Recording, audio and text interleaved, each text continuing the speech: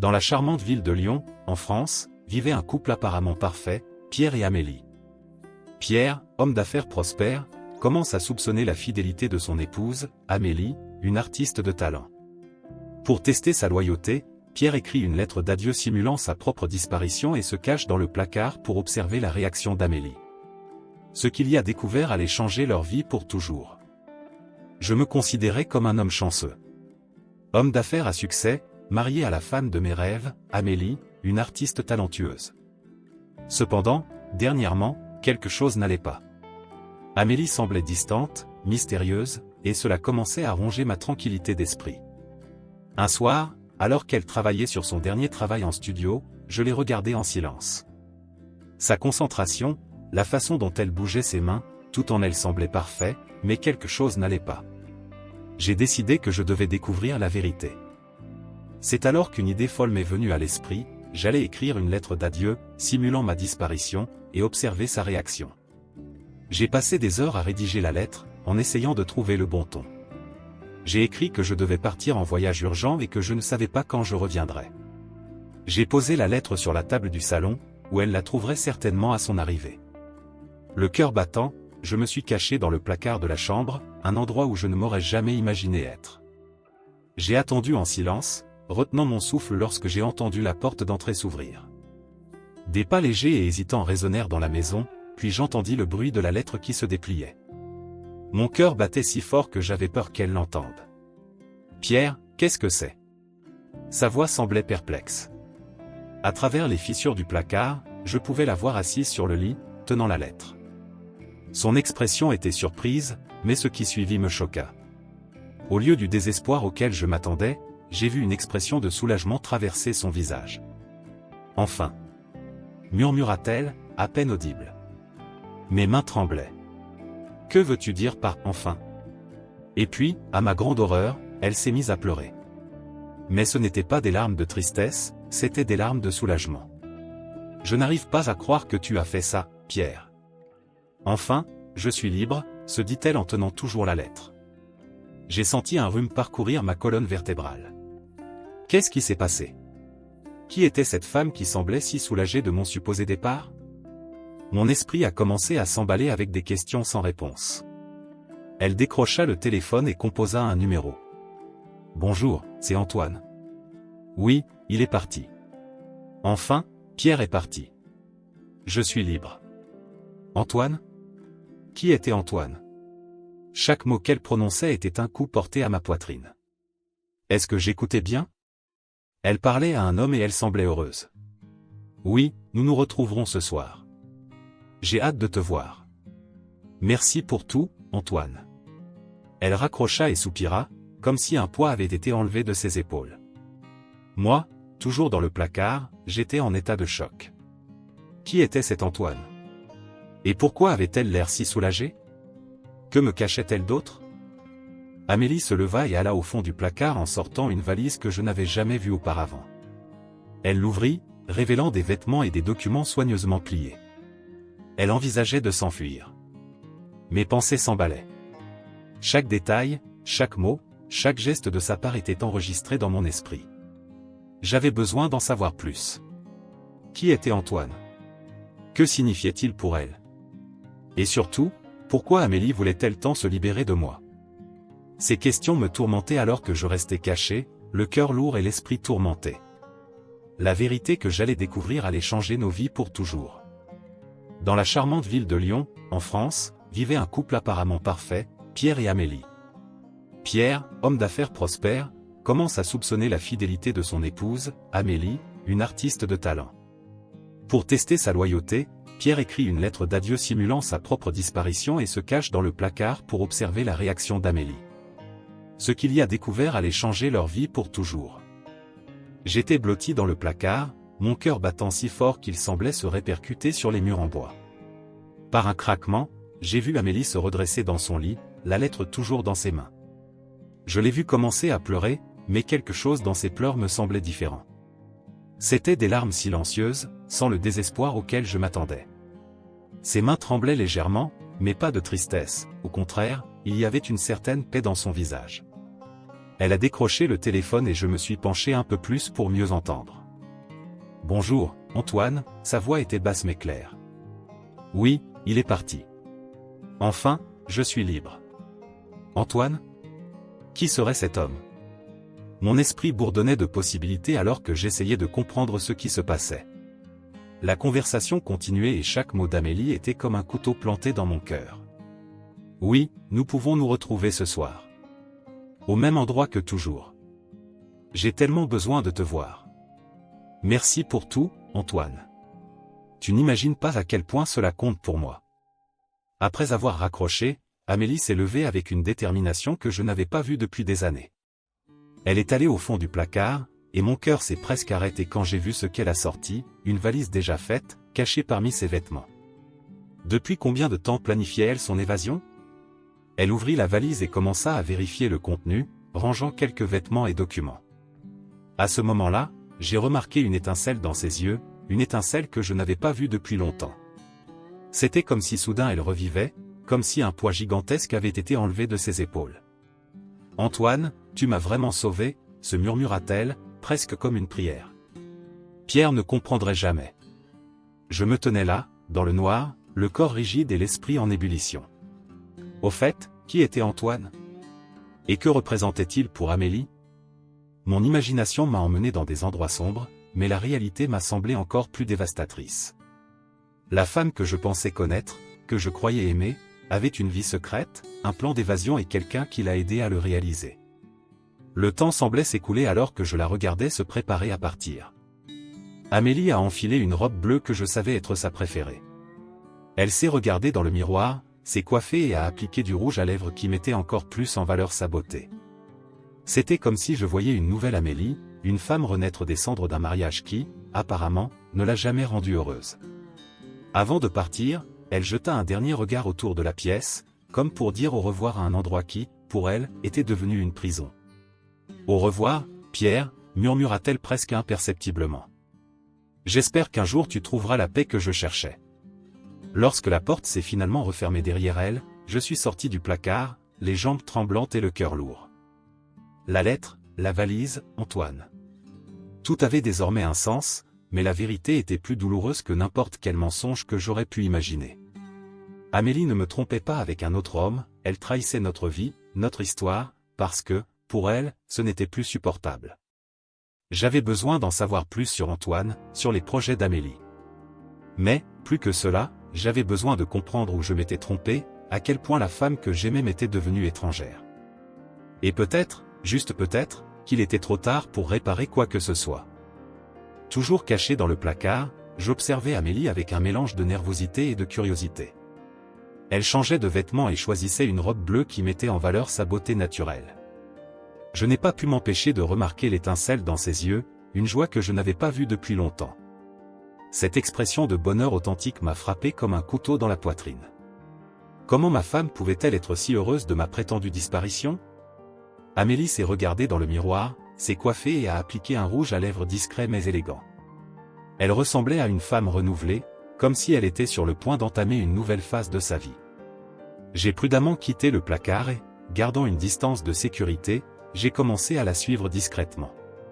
J'avais besoin de découvrir qui était cet Antoine et ce qu'il représentait pour elle. Elle parcourait les rues de Lyon d'un pas léger et déterminé, comme si elle savait exactement où elle allait. Nous arrivons dans un restaurant élégant, où elle est chaleureusement accueillie par Antoine, un homme charmant et sympathique. Il l'a accueillie avec un câlin affectueux et j'ai ressenti un pincement de jalousie. Je me suis caché derrière une colonne voisine et j'ai commencé à observer attentivement la scène. « Amélie, tu es radieuse aujourd'hui », dit Antoine en tirant une chaise pour qu'elle puisse s'asseoir. « Merci Antoine. Je me sens enfin libre », a-t-elle répondu avec un sourire qui m'a fait halter. « Gratuit. » Ce mot résonnait dans mon esprit comme une cloche d'église.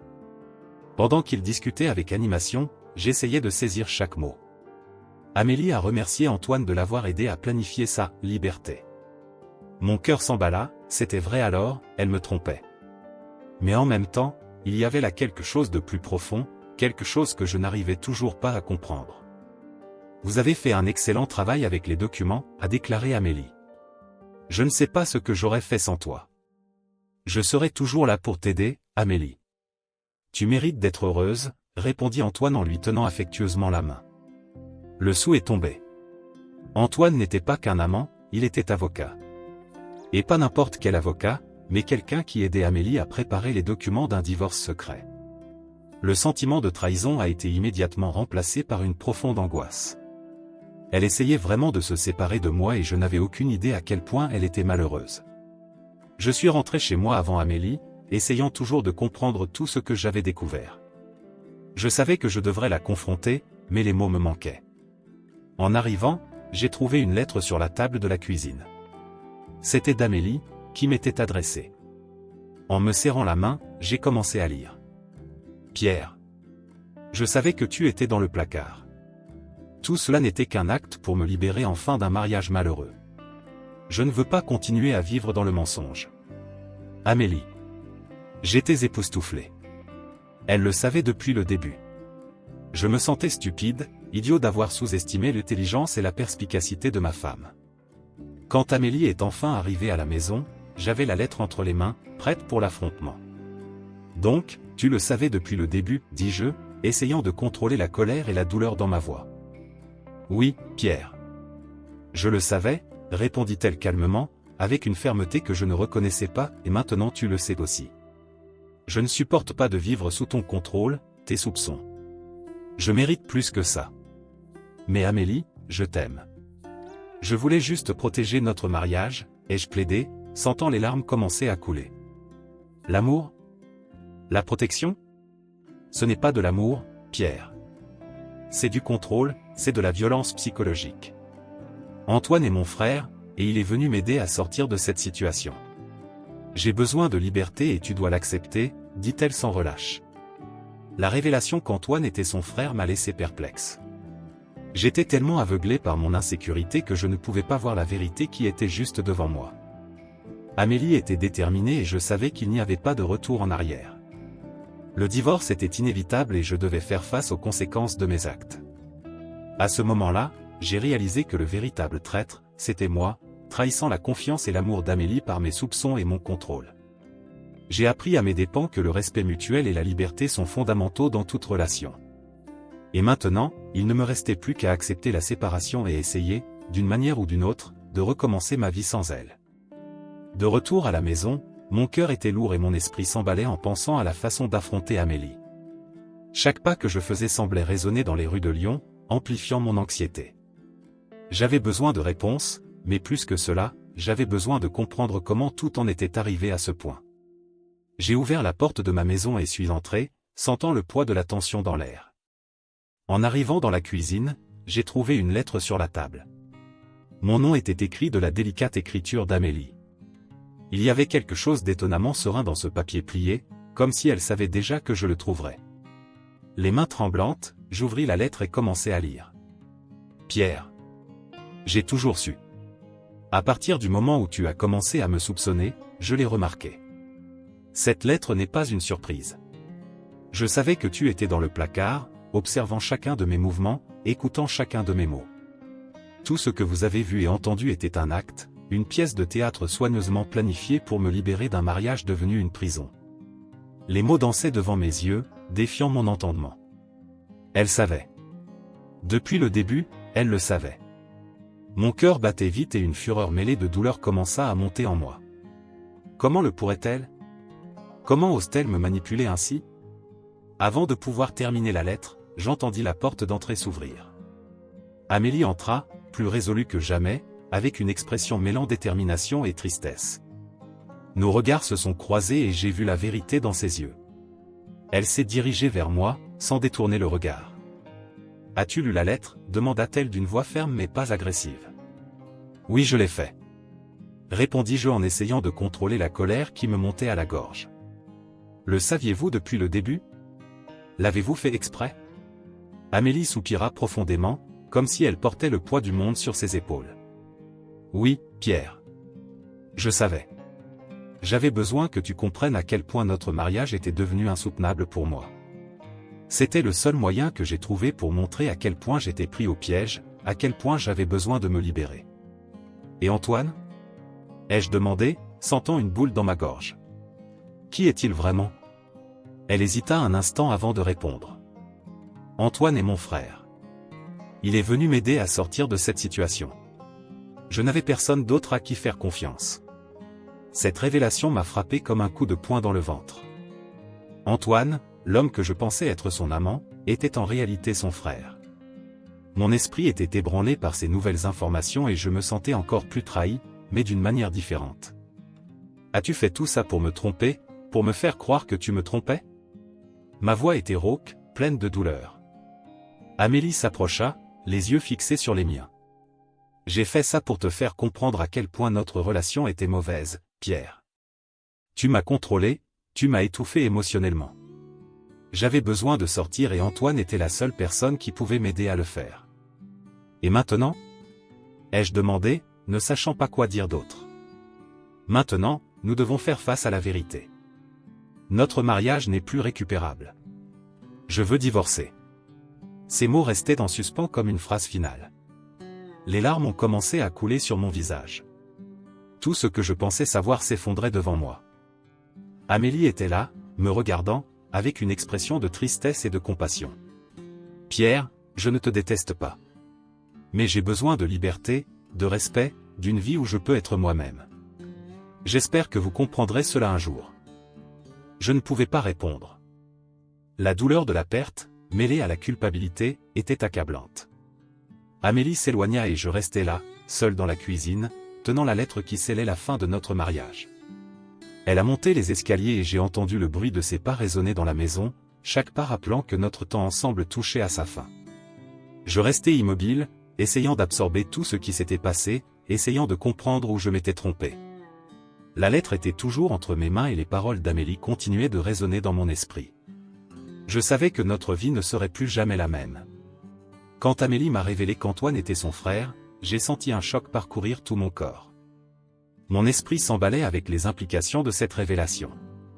Les pièces du puzzle ont commencé à se mettre en place de manière douloureuse, révélant une image à laquelle je n'avais jamais pensé. Antoine, ton frère? Bégayai-je, essayant toujours de tout comprendre. Elle hocha la tête, avec une expression sérieuse mais sereine. Oui Pierre. Antoine est mon frère. Il est venu m'aider à sortir de cette relation qui m'étouffe. Mais, pourquoi ne me l'as-tu jamais dit? Ai-je demandé, ressentant un mélange de colère et de confusion. J'aurais compris, j'aurais aidé. Amélie poussa un profond soupir, comme pour libérer des années de poids accumulés. Pierre, tu n'aurais pas compris. Tu n'as jamais compris. J'ai toujours été contrôlé, étouffé par tes constantes suspicions et ton besoin de contrôle. Il n'y avait pas de place pour ma voix dans ce mariage. Je me suis tu, ces mots étaient plus profonds que n'importe quel couteau. Finalement, j'ai compris la gravité de ce que j'avais fait. Mes soupçons infondés, mon besoin pathologique de contrôle, tout cela avait détruit ce qui était autrefois une relation basée sur l'amour et la confiance. Je suis vraiment désolé, Amélie, murmurai-je, la voix brisée. Je n'avais jamais réalisé à quel point je te faisais du mal. S'il te plaît, donne-moi une seconde chance. Je promets de changer, je promets d'être un homme meilleur pour toi. Elle secoua lentement la tête, son expression ferme mais pleine de compassion. Pierre, je crois que tu es désolé. Mais le mal est déjà fait. J'ai besoin d'avancer, de vivre ma vie sans les entraves de ce mariage. Le divorce est inévitable. Chacun de ces mots était comme un coup direct dans mon cœur. J'avais tout perdu, non pas à cause d'une trahison qui n'a jamais existé, mais à cause de mes propres défauts et insécurités. Je me sentais petit, honteux et surtout trahi par moi-même. S'il te plaît, Amélie, suppliai-je, essayant de trouver une once d'espoir dans ses yeux. Je ferai n'importe quoi. Dites-moi ce que vous devez faire pour résoudre ce problème. Elle soupira encore, cette fois avec une profonde tristesse. Pierre, tu ne peux rien faire pour effacer le passé. Ce que tu peux faire maintenant, c'est accepter les conséquences de tes actes et passer à autre chose. Pour ton bien et pour le mien. Nous devons nous libérer de cette prison émotionnelle. Une larme solitaire coula sur mon visage. Je ne me suis jamais senti aussi impuissant. Je t'aime, Amélie. Je t'ai toujours aimé. Je sais, répondit-elle doucement. Et je t'aimais aussi, Pierre. Mais l'amour ne suffit pas quand il manque de respect et de confiance. Je restais là, la regardant emballer ses affaires une dernière fois. Chacun de ses mouvements était un rappel douloureux de ce que j'avais perdu. Lorsqu'elle a finalement franchi la porte, emportant avec elle l'espoir d'un avenir ensemble, j'ai senti un vide accablant m'envahir. Dans les jours et les semaines qui ont suivi, j'ai essayé de trouver des moyens d'avancer. La maison ressemblait à un mausolée de souvenirs et de regrets, chaque recoin étant imprégné de la présence d'Amélie. J'ai commencé à suivre une thérapie pour essayer de comprendre et de corriger les comportements qui avaient détruit notre mariage. Ce fut un processus douloureux mais nécessaire. Au fil du temps, j'ai commencé à réaliser la vérité dans les paroles d'Amélie. J'avais besoin d'apprendre à être une meilleure personne, pas seulement pour elle, mais pour moi-même. Le voyage a été long et semé de hauts et de bas, mais chaque jour, je faisais un pas de plus vers la rédemption. Finalement, j'ai réalisé que le vrai traître, c'était moi. J'ai trahi la confiance et l'amour d'Amélie avec mes soupçons et mon contrôle. J'ai appris, à mes dépens, la valeur de la liberté et du respect mutuel. Et même si le prix à payer a été la perte de la femme que j'aimais, la leçon qui m'est restée est un rappel constant de qui je ne veux plus être.